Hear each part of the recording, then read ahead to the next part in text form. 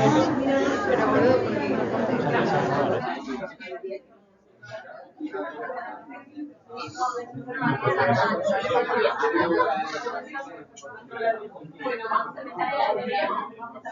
caso de un paciente con anemia de causa poco frecuente porque es un tumor pulmonar. Bueno, buenos días a todos. Mi nombre es Camila Valero, soy residente de segundo año de Clínica Médica. Como dijo la doctora Sosa, el ateneo que nos convoca hoy es por una anemia de causa poco frecuente en un paciente con un tumor pulmonar. Me acompañan mis compañeros, Torceli Damián y Celeste García. Así que bueno, empecemos. Bueno, se trata de un paciente de 70 años con antecedentes de un nódulo pulmonar en el lóbulo superior derecho, que venía en seguimiento por su neumonóloga de cabecera. El primer registro imagenológico que tenemos de ese nódulo es en el 2019 y se va viendo cómo con las imágenes en el seguimiento del paciente va progresando, aumentando de tamaño, una masa pulmonar de unos 7 por 6 centímetros, ya en mayo del 2022, agregando ya en agosto adenomegalias mediastinales y una metástasis en el mismo parénquima pulmonar como un nódulo adyacente. Tenía también como antecedente una última internación en otra institución por una hemorragia digestiva baja con requerimiento transfusional. Se le había hecho una veda que no tenía hallazgos y una BCC que tenía angiodisplasias que recibieron en el ciego, que recibieron tratamiento con escleroterapia. El paciente también era EPOC y era tabaquista severo. Ingresa con nosotros, derivado por su neumonóloga de cabecera, por un síndrome de impregnación. Había perdido 10 kilos de peso en los últimos 6 meses, asténico, adenámico, y con este laboratorio de ingreso, ¿no? Tenía un hematocrito de 19, una hemoglobina de 4,8 y una leucocitosis de 16.000. El resto del laboratorio no tenía ningún hallazgo más de relevancia. Bueno, con nosotros en el cuarto piso ingresa con múltiples requerimientos transfusionales. El paciente cada 48 horas tenía requerimiento, caída de los valores de hematocrito y hemoglobina con requerimiento transfusional. Nunca tenía clínica, o sea, no hacía sangrado digestivo evidente. Se le realizaron múltiples tactos rectales, siempre daban negativos, pero siempre cada 48 horas aproximadamente le caía el hematocrito y teníamos que volver a transfundirlo. Portaba un PET previo a la internación como parte del seguimiento que venía con su neumonóloga, que tenía una imagen hipercaptante tanto en encéfalo como en ilion distal, a nivel del intestino.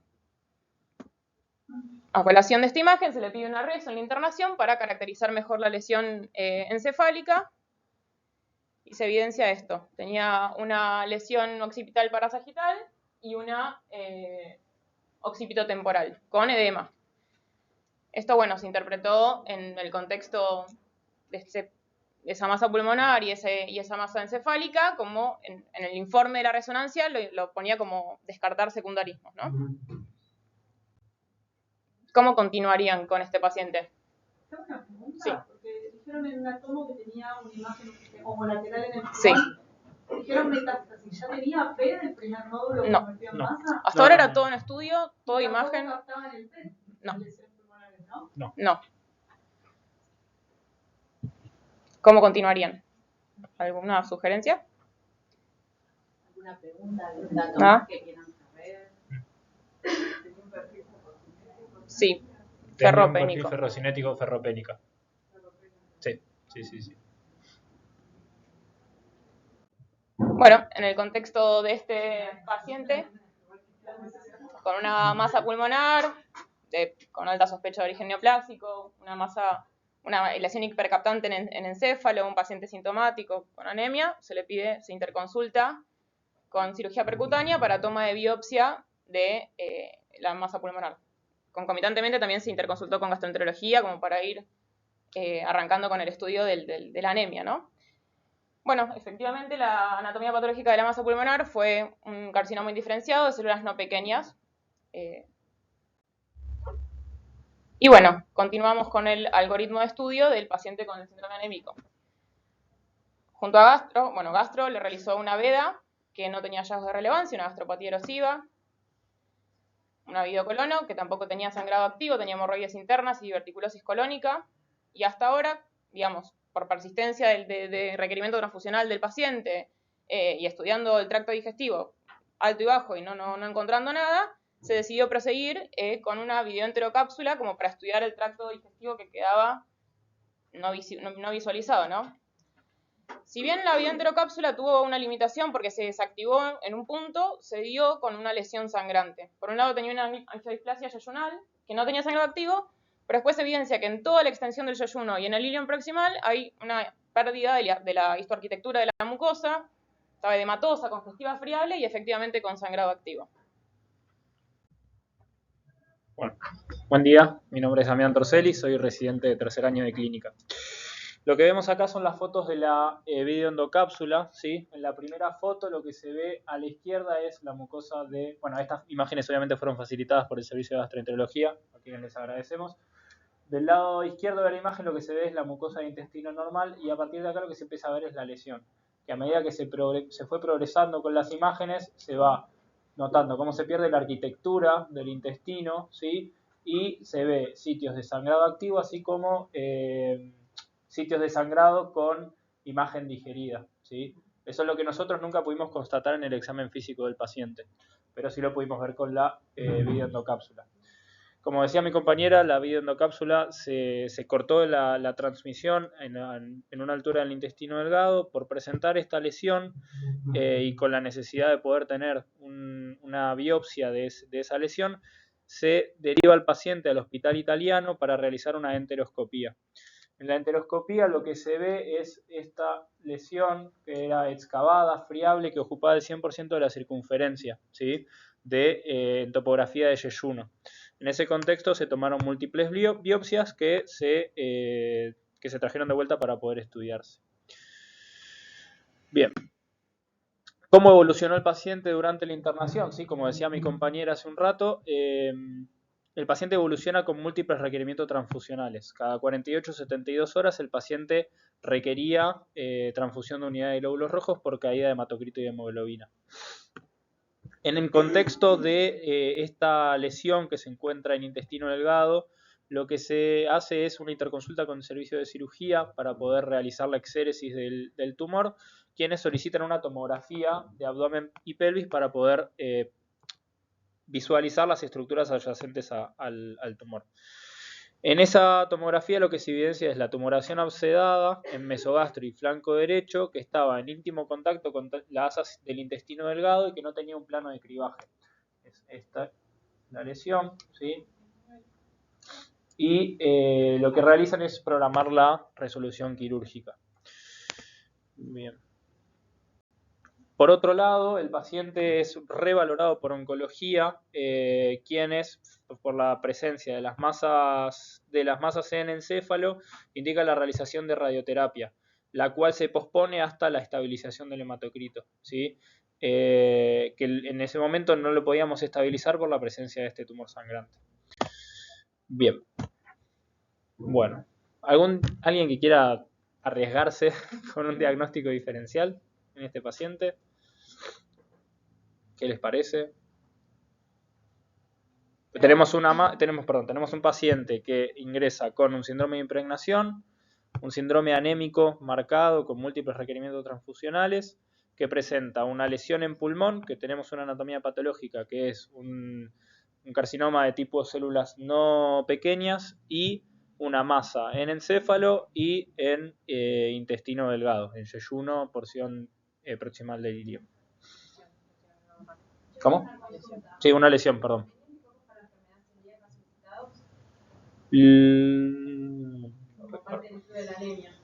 No recuerdo exactamente. No quiero mentir, no recuerdo. Igual sí, me parece que los tenía pedidos, pero no recuerdo los valores. Sí, sí. Nada, o sea, el comentario es porque generalmente nosotros, en pacientes con anemia, si bien uno trata de ser unicista, en este caso me parece ser otra cosa, pero bueno, parte del estudio en anemia siempre se solicitan anticuerpos para la enfermedad celíaca porque en los adultos puede ser incluso el único signo. Y además, teniendo un tumor de intestino delgado, digamos, uno tiene que descartarlo. Porque la verdad que el tumor de intestino delgado, más allá de este paciente, ¿no? Sí, sí. Son raros, entonces lo primero que uno tiene que descartar es que no sea algún tipo de linfomas o adenocarcinoma asociado a enfermedad celíaca. Sí, en eso estamos de acuerdo, pero igual tenía una endoscopía alta en la que no se veía cuestiones de vellosidades, ¿no? Bueno, pero como para Sí, lo que pasa igual es que en realidad nosotros el inicio del estudio de un paciente con anemia ferropénica es primero pidiéndole los anticuerpos y después, o sea, lo que pasa es que como tarda tanto el anticuerpo y la endoscopía, por un paciente internado vamos directo a la endoscopía, pero lo ideal sería esperar los anticuerpos para la enfermedad celíaca y después hacer la endoscopía. Y también algunos informativos a nivel de paciente, muchas veces uno puede ver a nivel del duodeno vellosidades totalmente normales, decimos sin una proteína vellosidad, y un 15% tenerlo a nivel microscópico. Tenerlo en cuenta. Por eso siempre a veces tomamos de manera protocolar las biopsias por más que no veamos signos endoscópicos de proteína vellosidad. Sí. Quiero hacer una pregunta con respecto al motivo de internación, motivo de consulta, que dijeron, lo presentaron rápido, muy bien explicado, pero bueno, en ese momento no pude seguirlo tanto. El motivo de consulta, síndrome de impregnación, ¿en qué se basaba? Tenía pérdida de peso de 6 meses, de 10 kilos por lo menos en los últimos 6 meses, tenía astenia y adinamia. El paciente también tenía una palidez mucocutánea generalizada y marcada. ¿La pérdida de peso no estaría justificada por el síndrome anémico? No. No. Está justificado por la patología o por la internación misma, ¿no? Exacto.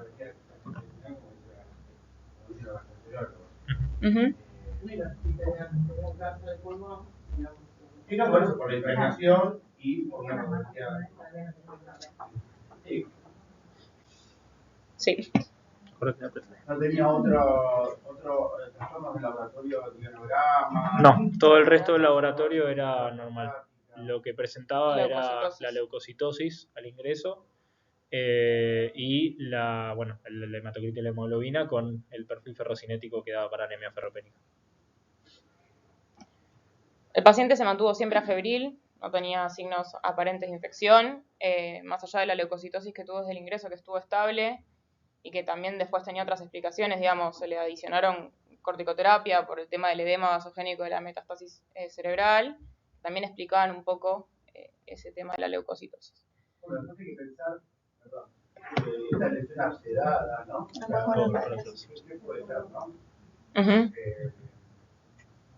No está claro dónde lo tiene, ¿no? La videocolonoscopia fue completa. En el ilion. Sí. En yeyuno e ilion estaba el tumor. Bien, bueno, como estuvimos charlando, o sea, desde el punto de vista de las neoplasias, tenemos neoplasias primarias del intestino delgado, como un posible tumor sincrónico con el pulmonar, y la neoplasia metastásica. Lo más frecuente en el intestino delgado es el tumor primario antes que la metástasis. Tenemos adenocarcinoma, linfomas, un GIST o un tumor carcinoide. Dentro de los linfomas, o sea, hay cierto correlato que uno con la endoscopía, quizás la macroscopía nos permite sospechar alguna cosa u otra. En el linfoma es más, el B es el más frecuente de intestino delgado antes que el T, y el B da otro tipo de lesiones, no esta lesión excavada, da más tipo linfomas, la linfomatosis polipoidea o un Burkitt da más una masa, y el T, que es menos frecuente en intestino delgado, sí puede dar estas lesiones excavadas sangrantes. Convengamos que en este paciente ya todo es medio infrecuente y tenemos que abrir el abanico con todo. Y bueno, desde el punto de vista metastásico, primero es melanoma y en segundo lugar vienen de pulmón en frecuencia.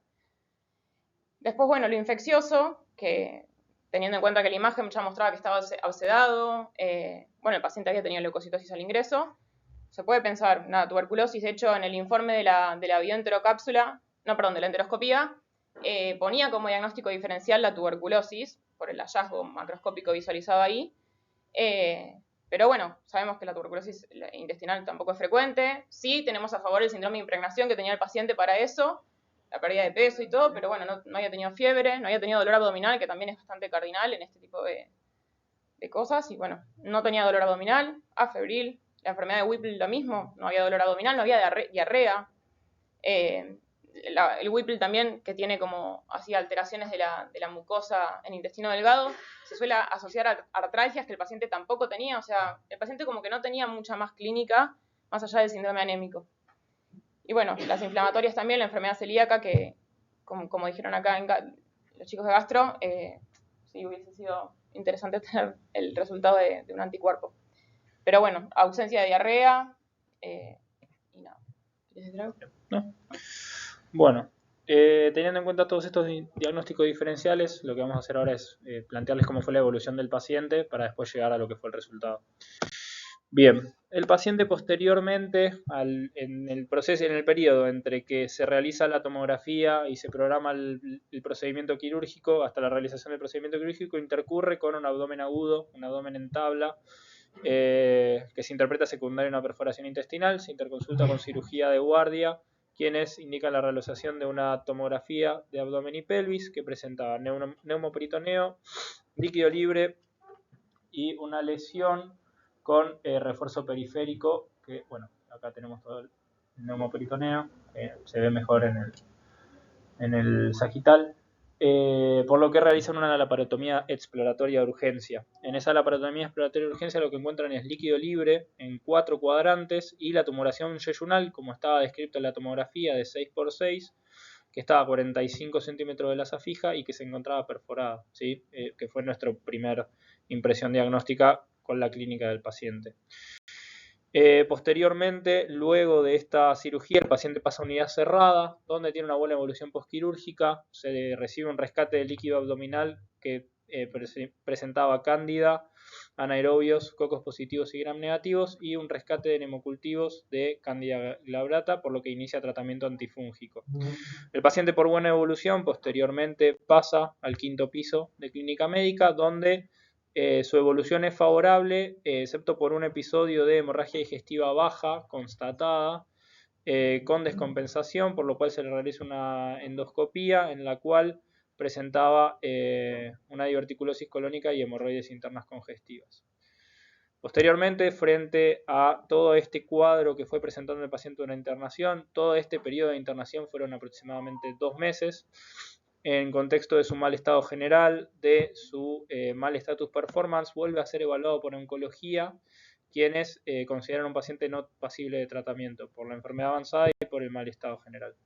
En este contexto, el paciente solicita la alta voluntaria a terminar su tratamiento antifúngico en domicilio, ¿sí?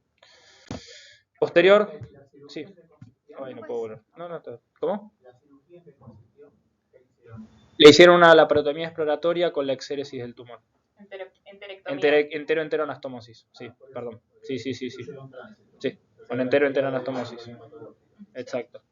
Posteriormente recibimos la anatomía patológica, que presentaba un carcinoma indiferenciado con una histopatología similar a la que se había tomado de pulmón, ¿sí? Que podría corresponderse con un carcinoma de células grandes pulmonar. Bueno, ahora mi compañera va a hacer un poco de la revisión bibliográfica. Bueno, hola, mi nombre es Celeste Inés García, soy residente de 4º año de clínica médica y voy a hacer una pequeña revisión bibliográfica de metástasis intestinales en pacientes con antecedentes de cáncer pulmonar. Bueno, el cáncer de pulmón es la principal causa de muerte por cáncer en el mundo, con frecuentes metástasis a cerebro, hígado, suprarrenal y hueso. Entre los distintos tipos de cáncer de pulmón se encuentran el de las células no pequeñas, dentro del cual encontramos el de células escamosas, el adenocarcinoma, el carcinoma de células grandes y el carcinoma adenoscamoso y el de sarcomatoide. Y por otro lado está el de células pequeñas. Las metástasis intestinales se reportan hasta en un 1,8% de los casos de cáncer de pulmón. Acá. Perdón, la diapo. En 1,8% de los pacientes con cáncer de pulmón, pero se vio en los estudios posteriores de pacientes una vez cuando se le realizaron las autopsias, que esta frecuencia podía ser desde una prevalencia entre el 4,7 hasta el 14%, lo que nos habla que es importante considerarlo dentro de los diagnósticos diferenciales de un paciente con cáncer de pulmón que presenta sintomatología de compromiso intestinal. Es una enfermedad que está subdiagnosticada. Entre los tipos histológicos de cáncer de pulmón que hacen metástasis a nivel intestinal se encuentran en orden de frecuencia el de células escamosas, el adeno-CA y el de células grandes. La localización más frecuente es el intestino delgado, mayormente en yeyuno, seguido del colon rectal. Bueno, con respecto a la clínica, la verdad que los síntomas son muy ambiguos, pueden ir desde un dolor abdominal a un sangrado, hasta hilio, vómitos, náuseas, ictericia. No es algo que capaz nos llama la atención como para pensar en una metástasis intestinal, y generalmente los síntomas de la metástasis gastrointestinal aparecen junto con las complicaciones, ¿no? Que van a ser la perforación, la hemorragia y la obstrucción intestinal. Con respecto al diagnóstico, el abordaje va a ser a partir de, se le van a solicitar estudios de laboratorio, una radiografía abdominal, en donde podemos evidenciar, por ejemplo, un neumoperitoneo, estudios endoscópicos, ya sea VEDA, BCC, una bioendocápsula, una tomografía, un PET-TC y obviamente la anatomía patológica. En la TC podemos evidenciar signos positivos de engrosamiento, por ejemplo, localizado a nivel de la pared abdominal, o la presencia de una masa, o mismo una perforación. Y en el PET-TC nos sirve más para la detección de metástasis gastrointestinales subclínicas, ¿no? Y para detectar también metástasis extragastrointestinales.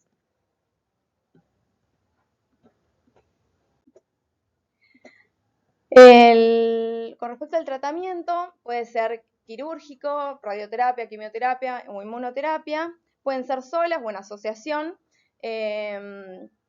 para el tratamiento del cáncer de pulmón. Y el procedimiento de elección para el tipo de... para el tratamiento de elección para las metástasis gastrointestinales va a ser la resección quirúrgica del segmento que involucra la lesión, seguido de la anastomosis primaria. Cabe mencionar que el cáncer de pulmón es una patología que tiene una alta tasa de metástasis a distancias, lo que otorga una gran mortalidad, la cual es aún mayor en pacientes que tienen metástasis intestinales, con una sobrevida promedio de 2,3 meses y una mortalidad perioperatoria que varía entre el 60 al 100%. La resección quirúrgica se supone, o sea, lo que se vio en los estudios es que disminuye la tasa de complicaciones, que es lo que, digamos, hacer una resección quirúrgica antes de que se complique el paciente, lo que hace que, o sea, por eso es el tratamiento de elección, digamos, evita la tasa de complicaciones, y la quimio se vio que disminuye. Ok, perdón. Bueno. Bueno, para ilustrarles lo que venimos hablando, voy a mostrarles acá un estudio retrospectivo multicéntrico de una cohorte de 366 casos de pacientes que tienen antecedentes de cáncer de pulmón con metástasis intestinales, y evalúa la sobrevida a partir del diagnóstico de dichas metástasis y cuáles fueron sus variables clínicas pronósticas. Bueno, lo traigo a colación porque es uno de los registros la verdad, bibliográficos con más cantidad de casos que encontré en la bibliografía. La población en estudio, en este caso, a ver si ahí me salen los... No, se me desconfiguró. Perdón. Bueno, la población en estudio, la mayoría de los pacientes eran asiáticos, eran hombres, una edad promedio entre 55 y 64 años, tenían metástasis a nivel de intestino delgado, que habían tenido como complicación más frecuente la perforación. El tipo histológico era el escamoso y se presentaba la metástasis de forma metacrónica con respecto al pulmón primario. Además, se presentaba mayoritariamente como un tumor solitario y esta presentaba además metástasis extragastrointestinales. Bueno, en esta población tuvo una sobrevida media de 2,3 meses y el 53% de los pacientes sucumbieron ante la enfermedad en los 3 meses próximos del diagnóstico de las metástasis gastrointestinales. En el análisis multivariado, lo que se vio es que las variables clínicas asociadas a mal pronóstico eran de manera independiente el origen americano, el tipo histológico adenoescamoso, la presencia de perforación gastrointestinal, la presencia de metástasis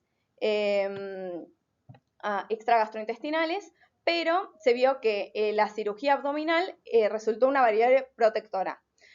Por otra parte, este estudio también evaluó lo que se vio además es que la quimioterapia disminuye, no se puede volver para atrás, ¿no? Bueno, que la quimioterapia disminuye el riesgo de hemorragia. Como a modo de conclusión, bueno, esta patología es una patología, la verdad, poco frecuente, que se encuentra subdiagnosticada, de una elevada mortalidad y la mayoría de los casos con metástasis gastrointestinal ocurren en una etapa ya del cáncer de pulmón terminal. Es muy importante los estudios diagnósticos para hacer su diagnóstico temprano y sospechar, la verdad, la probabilidad de una metástasis gastrointestinal cuando nos encontramos en presencia de una hemorragia, una obstrucción intestinal y una perforación en un paciente con un antecedente de un cáncer de pulmón primario.